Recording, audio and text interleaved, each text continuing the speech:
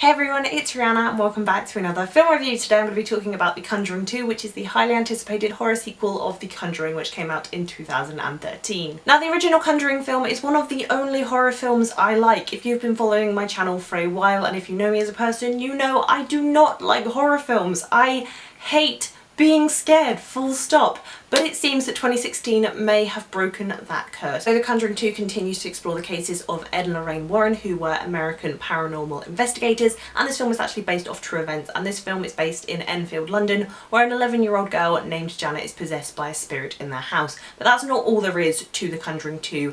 The Warren family are also coping with demons of their own. After investigating a haunting in Amityville, Lorraine Warren gets certain visions of her husband's death and feels that it's time for them to take a break from their business, but when they hear of this case in Enfield, London, they decide that they must help this family. Now, The Conjuring 2 isn't just a great horror film, this film is a great film overall. James Wan has returned to direct this film, as he did with the first Conjuring, and man, does this guy know how to handle horror. Now, I'm not a horror expert, as I said, I'm not the biggest fan of horror, but I think James Wan has convinced me to love horror and to love these films. The way he handles the direction of this film and the way they use the camera work and just all of the elements of filmmaking to actually make this a really haunting film, I think it's done perfectly. Everything from the cinematography to the production design to the camera work to the direction by James Wan is just done perfectly to set the tone of this creepy house and the haunting and the horror. It's just done so well, and I think it's a really, really clever film in those aspects. As with any horror film, you are going to get a few jump scares, but I think the jump scares in this film are justified, and I think they're actually pretty clever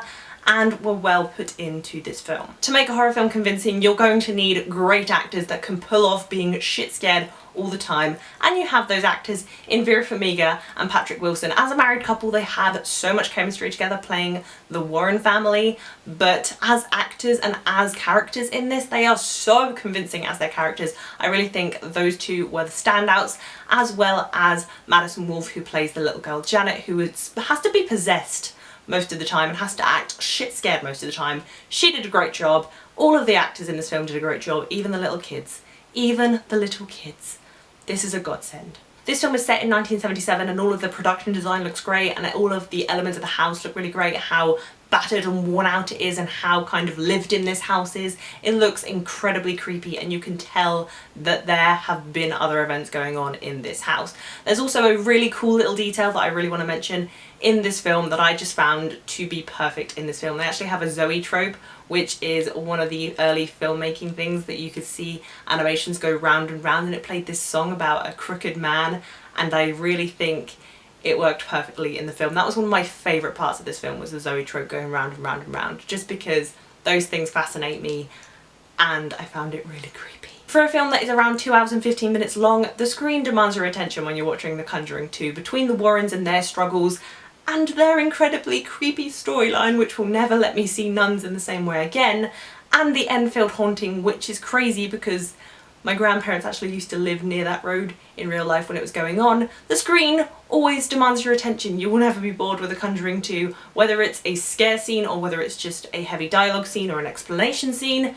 It's going to need your attention. So the film paces itself really well, it builds itself up tension-wise really well, but I just think the ending reveal of the film could have used a little bit more development, just so I understood it a little bit more so I could be invested in that story. So apparently good horror sequels do exist. I think this is life-changing. If they do a Conjuring 3, I want James Wan to come back to direct. I want to see more from this director. I want to see more horror films from this director because he has really changed my mind on the horror genre. The Conjuring 2 has great acting, handles its horror extremely well, it's clever, it looks beautiful, it's a great film overall, and it's a great horror film. It made me like horror, and that is a miracle. As with the other horror film of 2016 that I loved, The Witch, I'm going to be giving The Conjuring 2 an epic win.